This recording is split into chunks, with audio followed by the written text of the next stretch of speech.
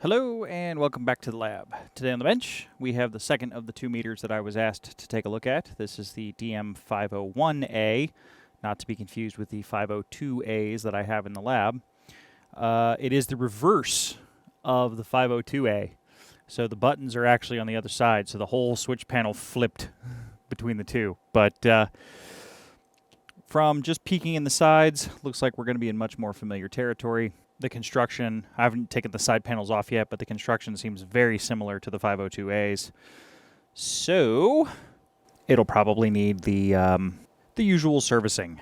So let's get the side panels off and we'll get right into this and bring this meter back to health. Well, as we are in the meter, we have special cleaning requirements. That's just because of the high impedance of this being a DMM. We have some power supply filtering and a power supply section down here. Probably going to do some work in there, get some of these caps replaced, get the filtering back up to par. This one does have a much beefier transformer in here than the 501 non-A. But, so this is kind of the differences between the two with the isolated versus non-isolated power supply. This is the power supply isolation right in here. This one comes to us is made in Holland. That is also confirmed with the 7000 serial number. So I'm going to read up on this special cleaning requirements, and we'll see what the text says we need to do. Obviously, we're not going to take off any of these shielding panels unless we have to. We did sanity check this meter in the previous video, checked them both, put some voltage on the front end, and it at least gave us some indication that it was not completely out to lunch. So this should be a relatively straightforward restoration. And here we are with the covers removed. The typical CADIC voltage divider meter for the actual input. This is the same IC. I believe this is where all the magic is. This is the meter on chip, very similar to the 502A design. This will be a custom tech part. If any of these tend to go south, it gets really problematic getting the meter up and running again. But crystal for the oscillator.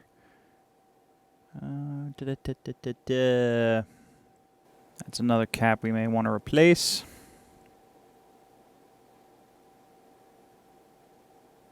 But if we go after this one, we'll have to come at it from the other side of the board.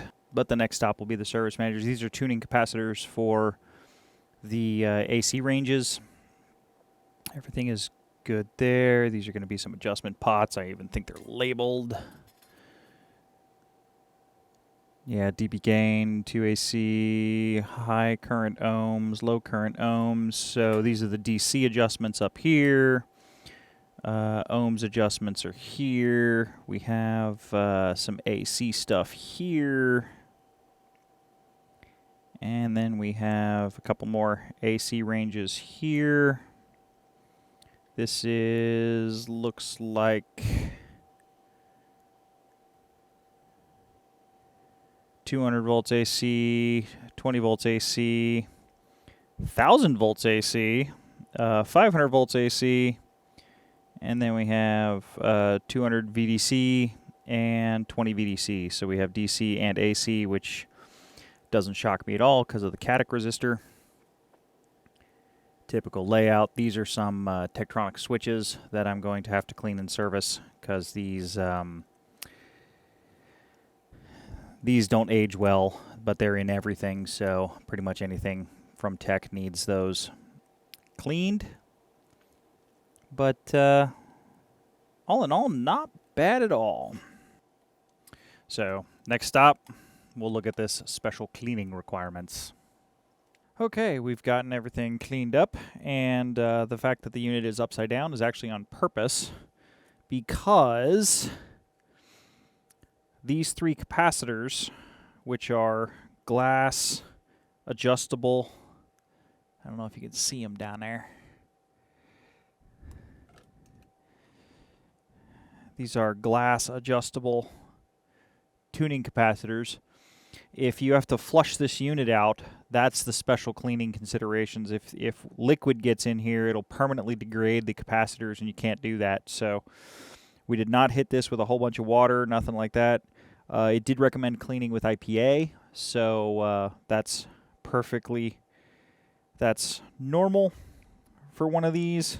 I still need to do the capacitors, since I can clean the backside of the board with IPA. We'll get those replaced with some of suitable values. This will be these 1, 2, 3, 4, 5, 6 caps. And we'll get that all squared away. But yeah, that's the special cleaning. I've got the switches cleaned. I have to finish their service. And then we'll work on replacing the capacitors. And then it will be up to an alignment and calibration. Okay, I've got the capacitors replaced. Everything went well. I'll be posting some of the technician pictures up on Patreon for those who are interested. I upgraded all of these capacitors. They were all 85 degree C caps. They're a little close to these regulator heat sinks for my liking, so I upgraded them all to 105 degrees C. And I also well overrated the voltage on these. They are the correct value, but at least double the voltage. Like the small ones here, these are 10 microfarad at 63 volts is what they were before. Now they're 10 by 100. So we have a lot more headroom, and we have a much more temperature tolerant capacitor, because this is going to be a very warm area of the unit. All right, we're all plugged in. Everything's ready to rock and roll. And no smoke. That's a good sign. Perfect. Let's throw some voltage on this. I believe we're on, DC volts at auto, which is correct.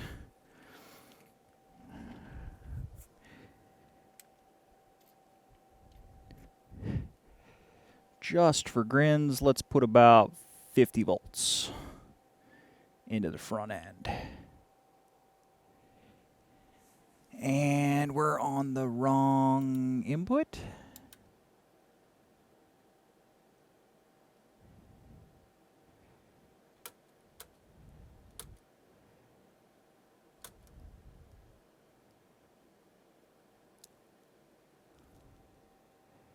Hang on a minute. Okay, I have 100 milliamps on the input. There is no auto. So this is only a 20 megohm range. This isn't even a voltage range. So that is one of the big differences between the 501 and the 502. The 502, which has an almost identical button layout, has an auto if you hit it to the 20 megohm range. This one does not. So something to be aware of. I have 100 millivolts set on the Rigol power supply. One thing is, if you watch this decimal place, this is a little weird. I don't know if I'm going to be able to fix this, but I am going to attack this switch pack more, because this needs more cleaning. We are reading the correct, because the power supply says 98 millivolts, so 99.6, that's fine. But if I hit 2, I have 2 decimal places. Now this one will fade all of a sudden, so I don't know if that's an artifact of the switching, or if that's obviously capacitor discharging. But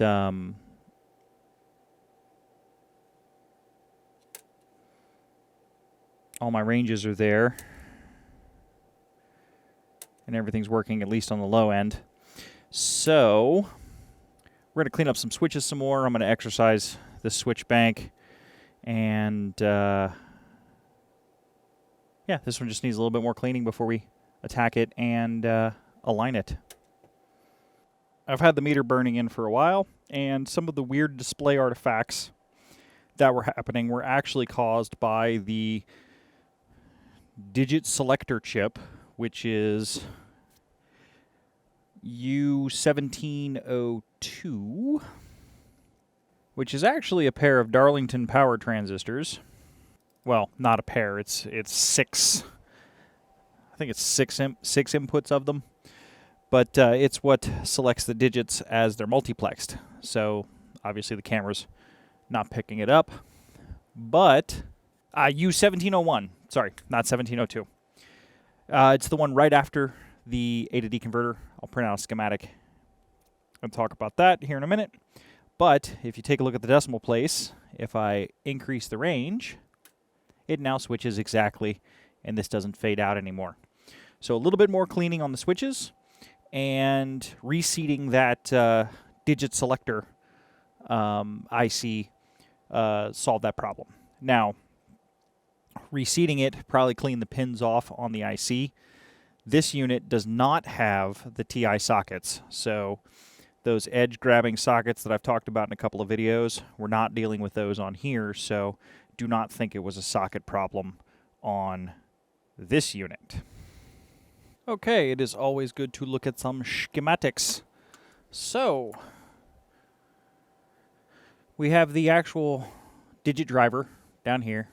This is the, which I see is this 1805 that does the BCD conversion of binary to decimals to drive the 7-segment display. This U1701, this is the actual display select. So it pulls through to multiplex the display, picks a digit, this fires off, next digit, this fires off, next digit, this fires off, and that's how it updates the screen, and it does that at least at a refresh rate that the camera can't see, so that's always good. And your eye can't pick it up either. So what's ultimately happening is it's rolling through the digits, so it's like update, update, update, update, update as it's going through. And with that U1701 kind of acting a little strange, we had drive on the decimal place into because it wanted a decimal point over here, but then we were getting some halfway chip select over here, or digit select over here, so it was kind of fluttering that that segment as it was kind of falling off. So reseating that IC and doing another round of cleaning on the switches solved the problem, which is good because now I don't need new ICs. Also, the unit's been running for, probably 3 or 4 hours, and no excitement out of the capacitors or anything like that, so everything looks nice and stable there.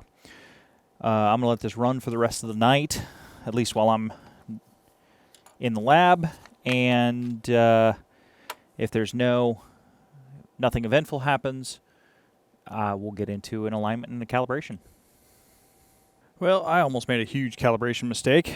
I was warming up the unit to give it to do the alignment, and forgot to put the shield in place. So that's going to cause some capacitance changes, parasitics, noise changes, things like that, thermal changes to the board. So all of that stuff's critical to the alignment procedure. So I'm going to get this in and restart the warm-up timer, and then we will go from there. Okay, once more with the shield installed. It's these two hook clips and this one screw. So you pull the screw off, and then the whole thing slides this way and comes out. Makes servicing this unit really, really easy. I'm going to get this lined up and popped back into the test frame. Power on, and there we go. So I'm going to let that warm up while I get the alignment document. And I've had the standards on for 4-ish hours or so. The 7510's warmed up. The flukes are warmed up. And we'll make some stuff happen. Well, seems I spoke too soon, because I do need to hook the DMM up to the low test point for the power supply. So we're going to do the power supply checks here real quick. We are at -15 is here.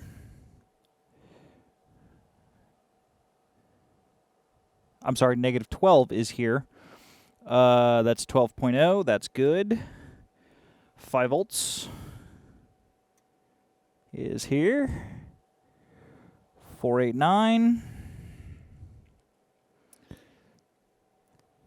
15 volts is 1533, so our power rails look good. Okay, first up is 2 millivolts. So here's our shorting bar. And we move this to the 2 volt range. Our 1405 is here. Here's the power transformer, so 1405. And we are looking for 0 volts, so this needs a slight bit of adjustment. And this one's the very top.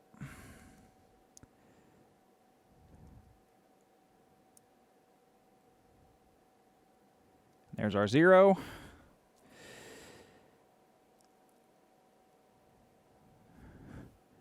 .200 millivolt range. And we are off because it's looking for plus minus 0.1. So we need to hit it right there. This is actually lining up really nicely.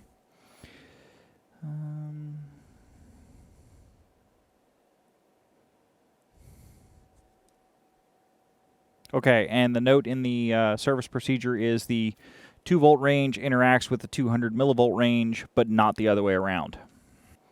And now we have to go through the DC table in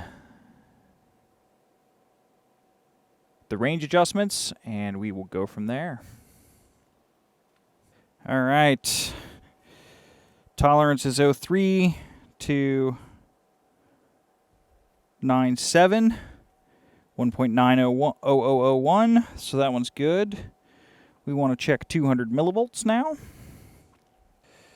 Okay, and 1.9 millivolts, or 190 millivolts, sorry. So we are spot on there. We're up to 20 volts, so I need to set the calibrator for 19. All right, here is 19. We are out of spec, so I need to adjust our 1104. I am aligning these. I am checking these with my 7510 before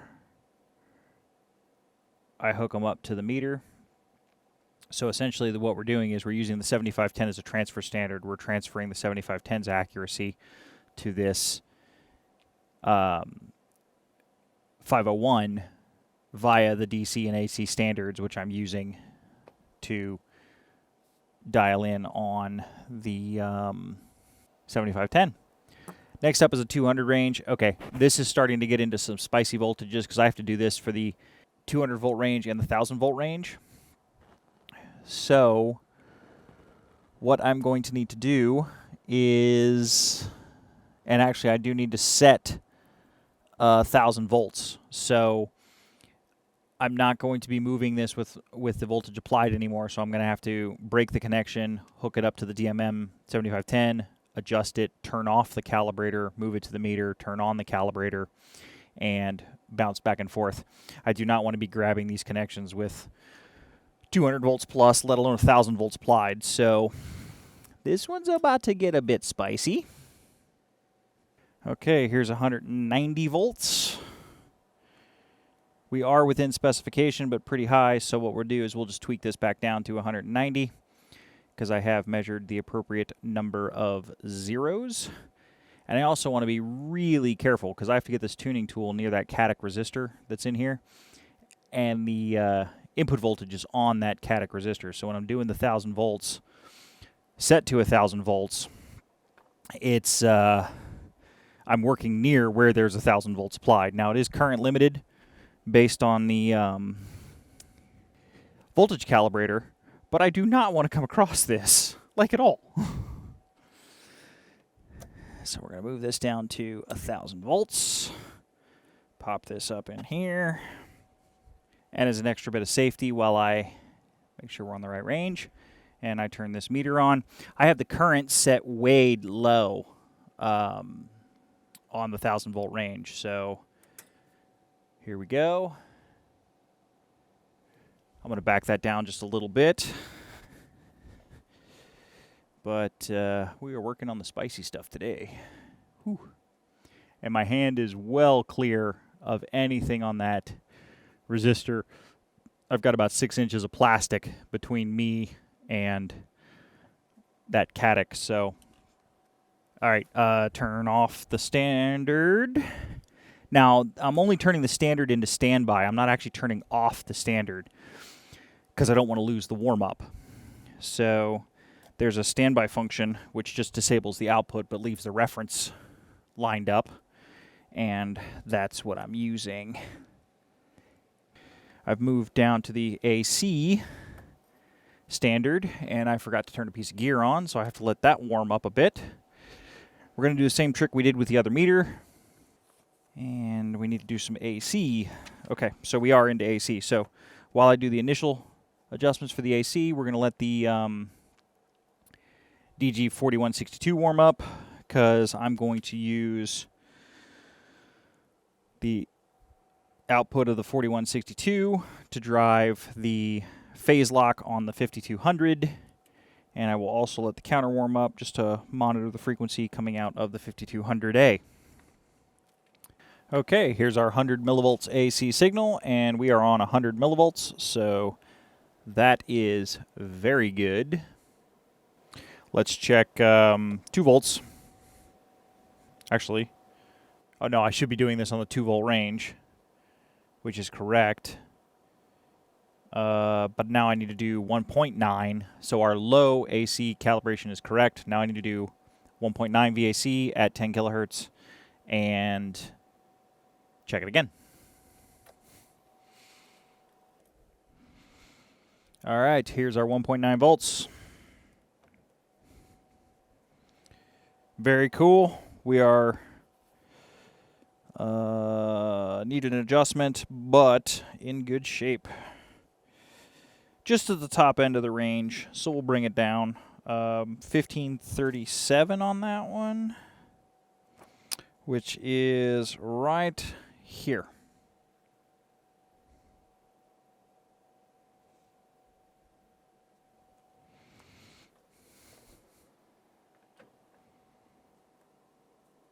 So it's the bottom pot next to that. Oh, we are out of spec. Okay, this needs to come down to that. There we go. All right, 2200 and 500 VAC ranges. Time for things to get more spicy. 500 volts, I'm going to have to turn on the big amplifier because that needs to be on the 1000 volt range. So as discussed in the previous video, all safety precautions do apply. The bench just got very dangerous. Okay, just to get into good habits, I am moving the AC with the calibrator off. We're going to let this stabilize a little bit, leave it on, but that's going to need adjusted. That's way out. So we are adjusting one of those attenuator capacitors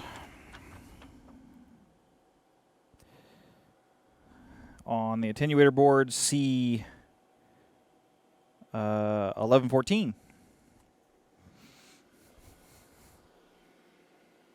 And I am doing this with a plastic tuning tool, and that's not even going to work because it's too big. All right, I'm going to have to get a ceramic tuning tool because even putting the metal in that capacitor tweaked it and made it kind of cranky. So, in an effort to do the best we can, let's get some ceramic screwdrivers.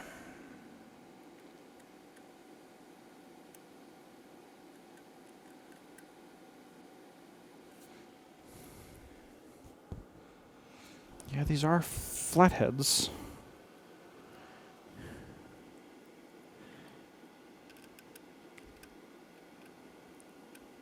These too wide?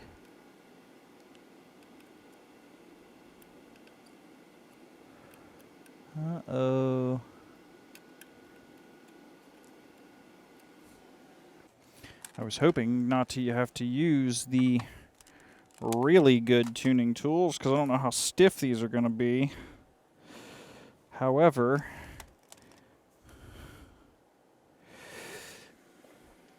these capacitors are very cranky. There we go.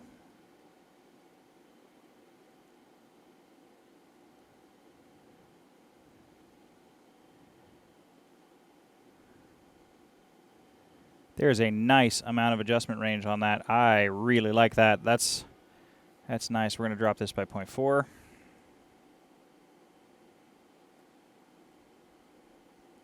Reason I'm dropping it by 0.4 for the set point is when I pulled the tool out, even though this is a ceramic tool, this was so sensitive it jumped up by 4.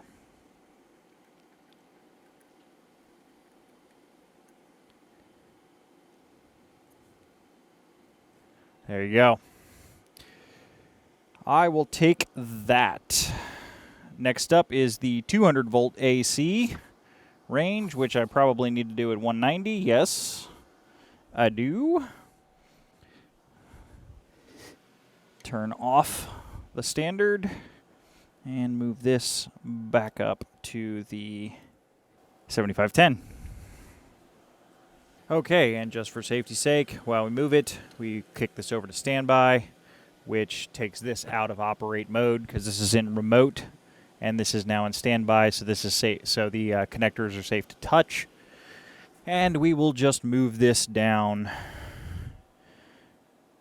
to the meter, and I will move everyone back to the meter. And here we go on the 200 volt range. This should read 190. No, we are high. Which is fine. We were high on the other ones too. And I'd imagine all of this drifted together, so does not shock me. C1128, which is right there. C1128. So, again, with the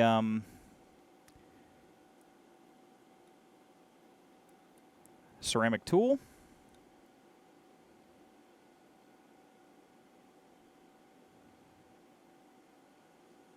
And these were the very sensitive capacitors to cleaning. So I did not clean these capacitors.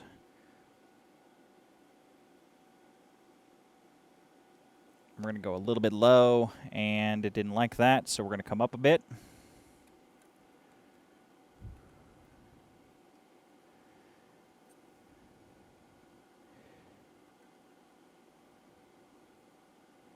Go down by 5. As soon as I find the slug.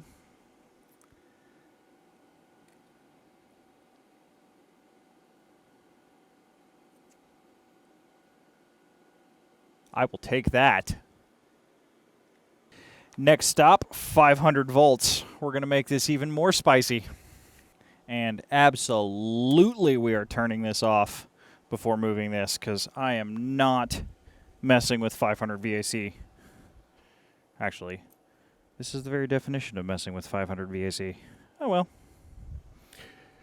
But no getting zapped today. Kick this over to operate. That's way off.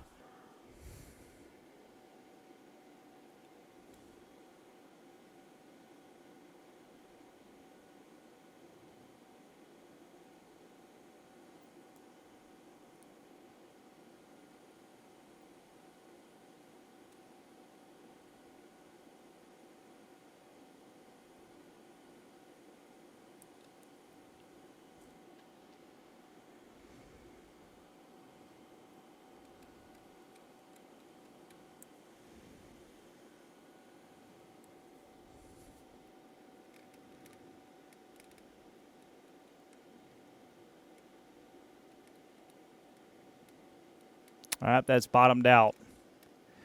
I think that capacitor has gone bad.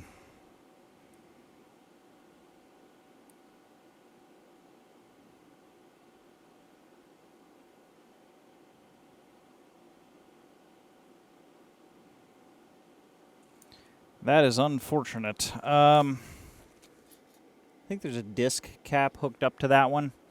Let me check that disc capacitor and see. Just double check my generator didn't decide to mess up on me. No, that's 500 volts. Okay, no, that's 500 volts. So, something's wrong with that attenuator board. Okay, I am not sure if I have found the problem, but I have definitely found a problem. If we take a look at this capacitor right here, this is supposed to be here to here across with that capacitor. So I think this is what's throwing off the adjustment range of the 500 volt AC rail. So I'm going to get that hooked up. I did check with the parts documentation. That is supposed to be straight up and down. It's not supposed to connect to this capacitor over here. So it looked like it. I don't know exactly how this happened or what, because I didn't mess with anything on the attenuator board at all, other than cleaning the switches on the backside. So, and this doesn't look like it was snapped off. It looks like it was desoldered because the leg's long enough. So, not 100% sure how this got this way, but we're going to rectify it and see what happens. Okay, I've got that capacitor reattached, and we're going to fire this up to see what happens with the 500 volts. Survey says, hey, 593. Okay, we are way off. That's expected because I really torqued that setting. So I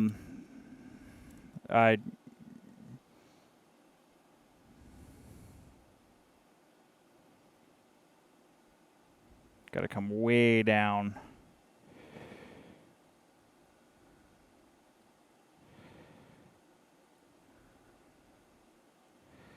Lots of adjustment in these.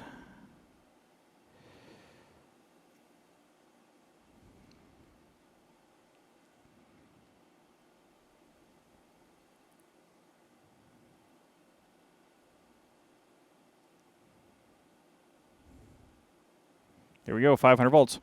Okay, so what I'm going to do is I need to let this sit for a while. I'm going to let everything warm back up because I had everything shut down while I was looking at this for repairs. So we're going to let it all warm back up, and we'll just double check that this says 500 volts when we're done, and then we'll keep going with the alignment. And after the associated warm-up time, there we go. Okay, I've got the AC calibrator set up to 77.4600 millivolts because the jumper was set to the dBm setting. So we are looking for a reading of 0 dBm. And we are at 0 dBm. So we now need to go to 774.6, so up by a factor of 10. Okay, we're at 774.6 millivolts. Let's see what it reads. Since we're playing around in the millivolt range, we'll just move this like so. And this is a touch high, but this is correct.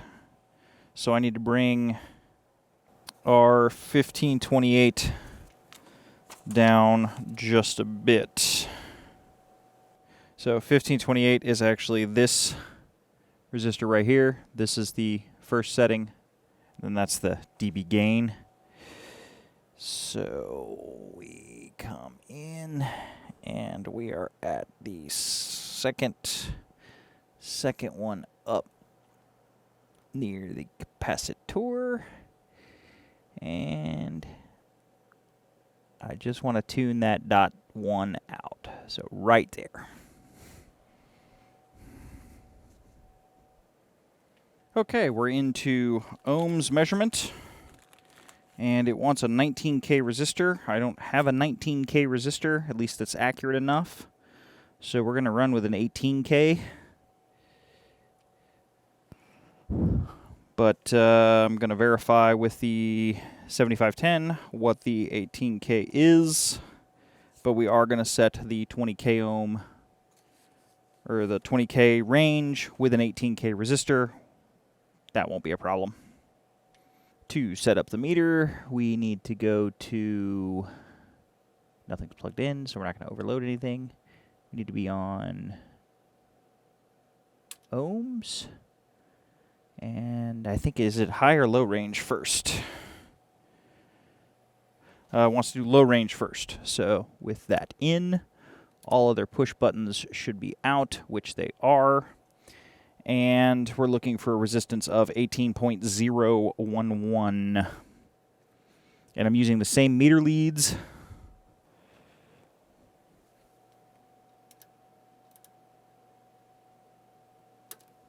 Need to be on the 20K ohm range.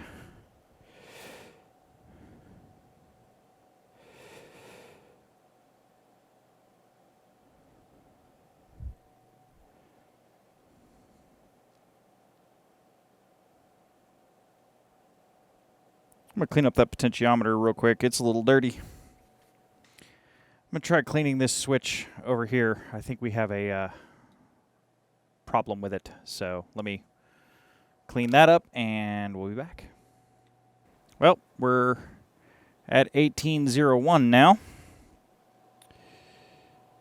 And then let's do the high current. 18.4. This needs to come down. Whoa. That is a very touchy control.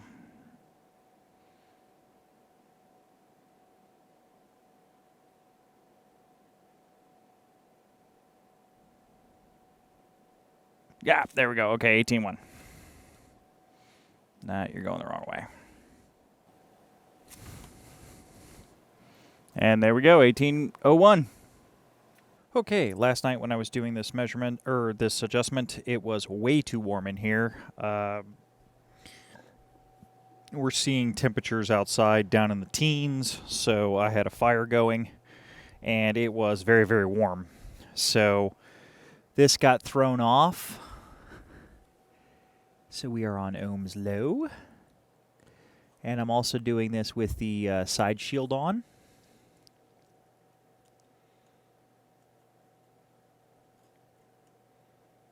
Come on, find it. There it is.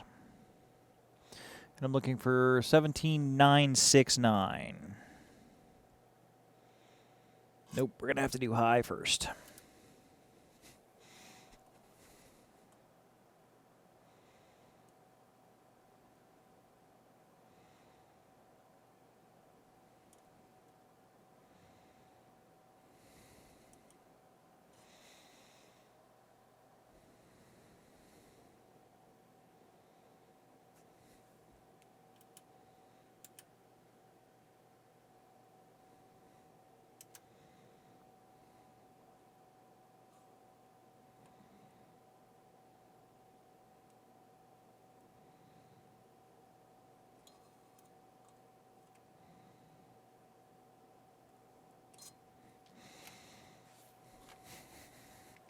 Okay, and there was 17.96, so we're good there.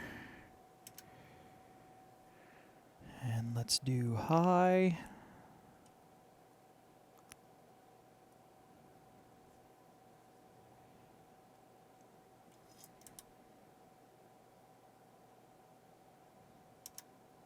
Yep, I'm going to have to go back and forth.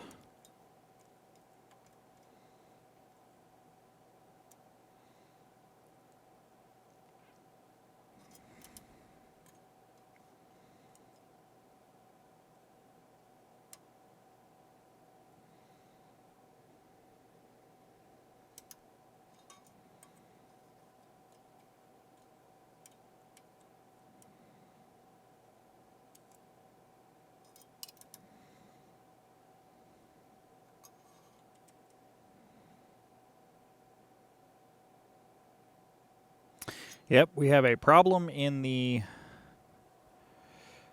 high current range, so we will have to do a little bit of troubleshooting.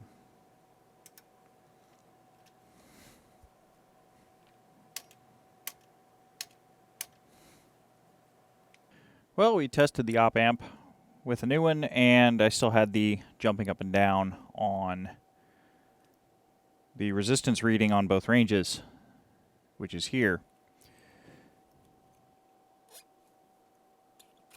So what we did, or what I did, is I checked the reference for the voltage reference for the ohms measurement, which happens to be this Zener diode right here. And I found out that the voltage was bouncing.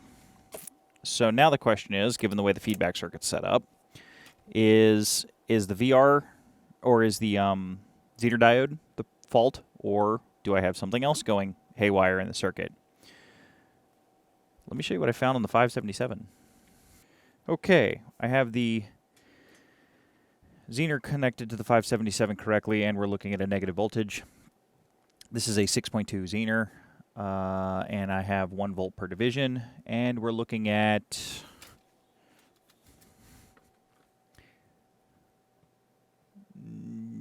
2 microamps of current per division. So you can see the spot here. Now I have the curve tracer set to DC, so it's not sweeping. So the spot's going to move. So that's 1 volt across the Zener. 2, 3, 4. Okay. 5. Oh, we're starting to see it. That's 5. And we don't get to 6.2 volts. However, you can see how the spot's jumping around like that. Now, I'm not touching the Zener. I'm not doing anything. That's the Zener playing up. It is not stable as a voltage reference. So if it's not stable as a voltage reference, the resistance range will never read correctly. So I swapped out the Zener with a spare one that I had from a parts meter that is very far gone and has some unobtainium parts that are toasted. And when I hook a resistor up, let's see what happens. Okay, after yet some more troubleshooting and some parts swapping, let's see if we have stability.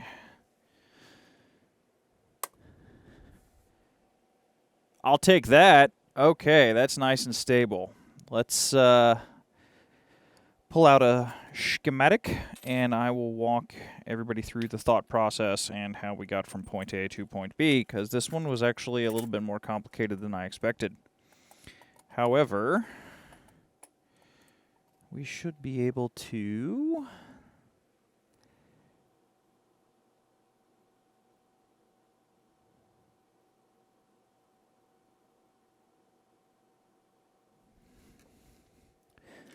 this was 18.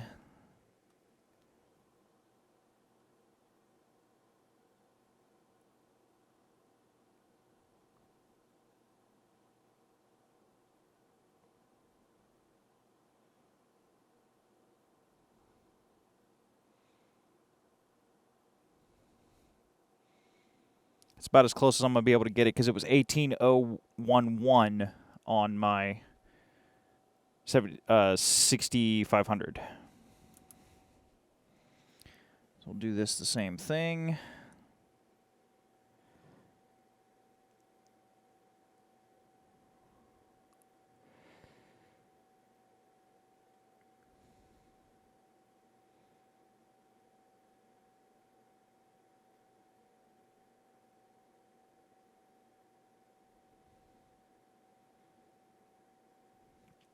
All right.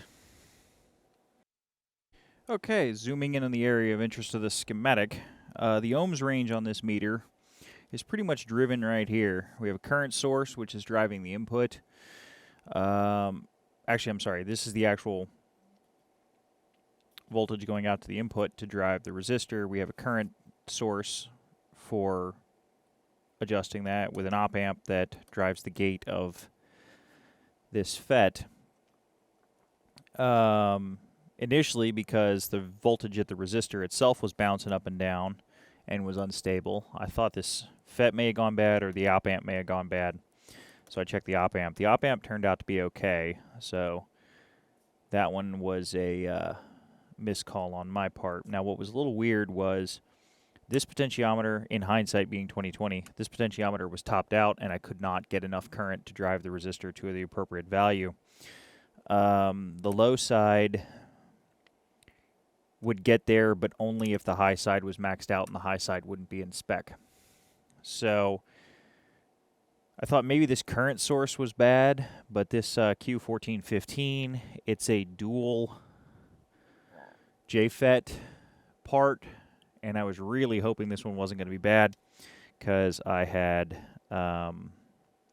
didn't have many of these on hand, and it would be hard to find. So given that the op amp was the easiest one to source, I sourced the op amp first. Now I have a couple op amps in the lab as well. Well, that didn't help. So we looked at my first thought was, well, maybe the reference is bouncing. So I took a meter reading here, and the reference was bouncing about 200 milliamps. It was just popping up and down. And that's the Zener diode that I tested on the curve tracer. So replacing this Zener diode to get the reference voltage for the current source did yield an improvement, but it didn't make it so I was happy with it yet. So in addition to looking, I also replaced this 1415 because it turned out I did have one, but this also gave me some improvement, but it was not where I wanted it to be yet either. So changing out the Zener, we got improvement. Changing out the current source dual, I think it's a dual FET package, we got improvement. No improvement with the op amp, and I did not need to change out Q1525. I then turned my attention to some of the resistors that are in this circuit. This capacitor is a very high quality capacitor and is unlikely to be bad. Wasn't ruling it out, but that would have been a highly unlikely failure. Turned out when I measured this resistor, I got 15K from the wiper to the end of the resistor. Well, that was weird. So pulling this resistor out and replacing it got the stability back. I was able to dial in the high side and the low side, and everything is normal and happy again. So that actually finishes up this meter. I'm going to put it all back together and just let it sit, make sure the ohms range isn't going to play up anymore, and then this will be ready to go back to its owner. And here we are with the meter all put back together. Nice and stable, behaving like it should, and back to functioning. And as always, the dish of shame. In this time we have a couple capacitors, a potentiometer, noisy Zener diode, and a dual JFET that is unhappy. Thanks again for joining me in the lab and taking a look at this DM501A. As always, more is on the way, and I will see everybody in the next video. But for now, in the comments.